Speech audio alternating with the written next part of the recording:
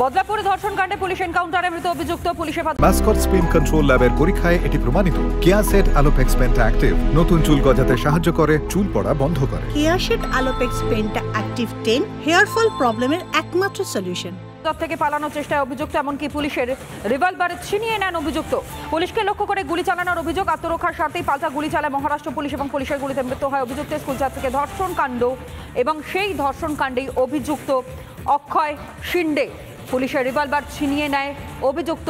পুলিশের হেফাজতে থাকার পরই সেখান থেকে পালানোর চেষ্টা।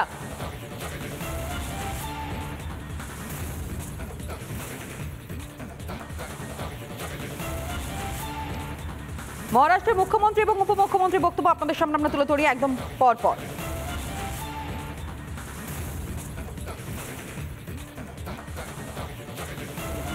अक्षय शिंदे ये जो बदलापुर में आरोपी था, वो आज जिसको तफ्तीश के लिए जो उसके ऊपर उसकी पहली पत्नी जो थी उसने गुनाह रजिस्टर किया था लैंगिक अत्याचार का, और इसकी वजह से उसको तपास के लिए ला रहे थे और उस दरमियान उसने एपीआई नीलेश मोरे इसके ऊपर फायरिंग की।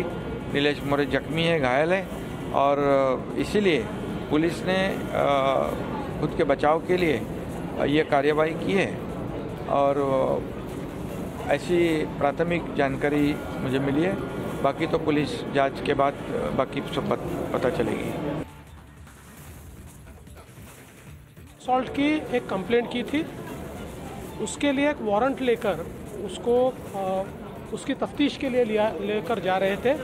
उस समय उसने पुलिस की बंदूक छीनकर पुलिस के ऊपर गोली चलाई, हवा में गोली चलाई, और अपने संरक्षण के लिए पुलिस ने उसके ऊपर गोली चलाई। उसको हॉस्पिटल में ले जाया गया और अभी ऑफिशियली डॉक्टर डिक्लेयर करेंगे, लेकिन जो प्राथमिक जानकारी आ रही है शायद मृत्यु हुई है। यही अपोजिशन है जो बार बार बोलता था फांसी दे दीजिए।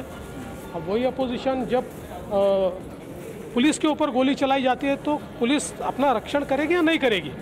मुझे लगता है कि इसके ऊपर इस प्रकार से विवाद करना बहुत गलत बात है। বদলা আপনারা দেখলেন যেখানে বদলাপুরে ধর্ষণ কাণ্ডে অপরাধীকে যখন পুলিশ এনকাউন্টার করতে পারে, সেখানে একেবারে ভিন্ন ছবি এই শহর কলকাতায়। জি কর মেডিকেল কলেজ হাসপাতালে যে ঘটনা ঘটেছে তারপরে পুলিশের প্রমাণ লোপাটের, অর্থাৎ পুলিশের বিরুদ্ধে প্রমাণ লোপাটের অভিযোগের সামনে আসছে। এ রাজ্যের পুলিশ তারা অপরাধীদের কি আশ্রয় দেয়, সেই প্রশ্ন যখন উঠছে, ঠিক তার পাশাপাশি অভয়াকাণ্ডের তদন্তে সিবিআই তারা দায়িত্বভার হাতে নেয় এবং তা আদালতের নির্দেশে। এবার সিবিআই স্ক্যানারে পানিহাটির তৃণমূলের বিধায়ক নির্মল ঘোষ আর সোমবার তাকে সিজিওতে ডেকে প্রায় 7 ঘন্টা জিজ্ঞাসাবাদ করা হয়। অবশ্য শ্মশান প্রসঙ্গ উঠতেই হঠাৎই চটে যান বিধায়ক। এদিনই ফের অভয়ের ময়না তদন্তকারী চিকিৎসক অপূর্ব বিশ্বাস এবং সেই অপূর্ব বিশ্বাসকেও জিজ্ঞাসাবাদ করা হয়। জিজ্ঞাসাবাদ করে সিবিআই এর আধিকারিকরা।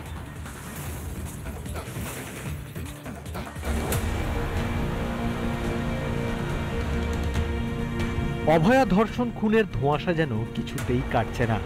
ঠিক যেমন 9 আগস্ট রাতে অভয়ার দেহ তড়ি ঘড়ি সৎকারের নেপথ্যে কে ছিল তা জানা যাচ্ছে না। তবে শুভেন্দু অধিকারীর পোস্ট করা ভিডিওতে শ্মশানে পরিষ্কার দেখা যাচ্ছে পানিহাটির বিধায়ক নির্মল ঘোষকে। অভয়া খুনের দিন আরজিকর হাসপাতালেও গিয়েছিলেন পানিহাটির বিধায়ক। কিন্তু কেন?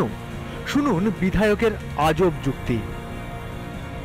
আমার এলাকার মেয়ে, আমার এলাকার ডাক্তার, আমার এলাকার সব, আমি নিজের নৈতিক দায়িত্ব পালন করতে গিয়েছি। নির্মলের এই যুক্তিও না হয় তর্কের খাতিরে মেনে নেওয়া যেতে পারে, কিন্তু শ্মশানের প্রসঙ্গ উঠতেই হঠাৎ চটে গেলেন বিধায়ক। কোথায় গেছি জবাব নয়, আমি বললাম আমাদের কিছু কথা ছিল, সেটা বললাম। শ্মশানে গেছি কি যাইনি এটা তোমার সাবজেক্ট তো নয়। 9 আগস্ট সন্দীপ ঘোষের সঙ্গে নির্মল বৈঠকও করেছিলেন বলে খবর। অবশ্য সন্দীপের নাম শুনেই মুহূর্তে নির্মল ঘোষের মুখের ভঙ্গি বদলে গেল। বৈঠকের কথা অস্বীকার করলেও দেখা হয়েছিল সে কথা অবশ্য মেনে নিয়েছেন তিনি। সন্দীপ ঘোষকে আমার সঙ্গে সেদিনকে দেখা হয়েছে। সন্দীপ ঘোষ আলোচনার মধ্যে আসে না, আমার আলোচনার মধ্যে আসে না। নির্মল ঘোষ কেন হাসপাতালে গিয়েছিলেন, কার নির্দেশেই বা শ্মশানে গিয়েছিলেন, হাটে হাড়ি ভাঙলেন বিরোধী দলনেতা।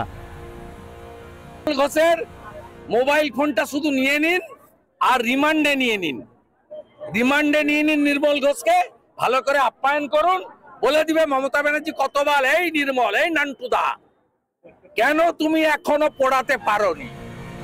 পানিহাটির বিধায়ক সেদিন শ্মশানে গিয়েছিলেন, কিন্তু কেন? এলাকায় প্রতিটি মৃত্যুর পরেই কি শ্মশানে ছোটেন নির্মল ঘোষ? তাহলে কি কেউ নির্দেশ দিয়েছিল নির্মল ঘোষকে? পানিহাটির তৃণমূল বিধায়ক বিচার চাই বলে পালিয়ে বাঁচতে চাইলেও শেষ রক্ষা করতে পারবেন কি? রিপাবলিক বাংলা।